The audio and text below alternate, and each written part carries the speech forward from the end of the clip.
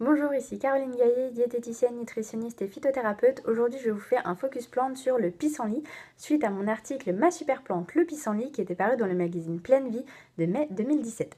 Le pissenlit, ça a 5 super vertus que sont: la première, c'est un diurétique, c'est-à-dire qu'il est riche en potassium et qu'il va permettre de lutter contre toutes les rétentions d'eau, que ce soit de la cellulite ou encore des œdèmes. Et du coup, ce sera utile pour les gens qui cherchent à faire attention à leur ligne.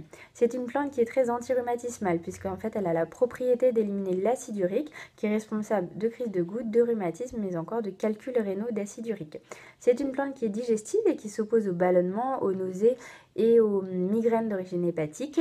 C'est une plante aussi qui a un tonique amer et qui a du coup des propriétés dépuratives, notamment utiles quand on a des problèmes de peau type acné, eczéma ou encore psoriasis.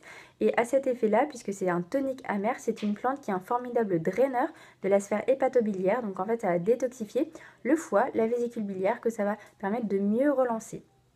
Du coup, le pissenlit, vous le trouvez sous plusieurs formes. Ça existe en tisane, vous le trouvez en feuilles séchées ou en racines séchées en herboristerie comme à celle du Palais Royal.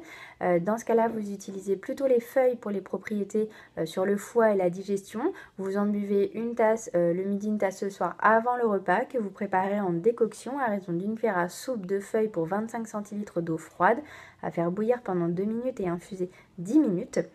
Et vous utiliserez plutôt la décoction des racines pour les vertus diurétiques, anti-œdème et antirhumatismale à raison de 2 cuillères à café de racines dans 50 centilitres d'eau froide à la casserole, à faire bouillir pendant 5 minutes et à infuser 10 minutes et à boire dans la journée avant 19h. Vous avez également la teinture mère de pissenlit qui existe, c'est-à-dire que la plante est macérée dans l'alcool et se présente sous forme de gouttes. Vous en utiliserez 30 gouttes le midi, 30 gouttes le soir dans un verre d'eau au début du repas et ça c'est très utile en cas de migraine hépatique.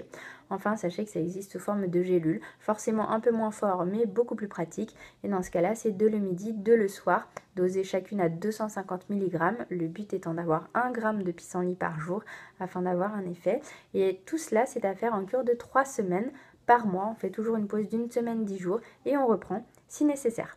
Voilà, vous savez tout sur le pissenlit. Sachez qu'il ne faut pas l'utiliser en cas de calcul biliaire et qu'on appelle également des lithiases biliaires et en cas d'allergie aux astéracées.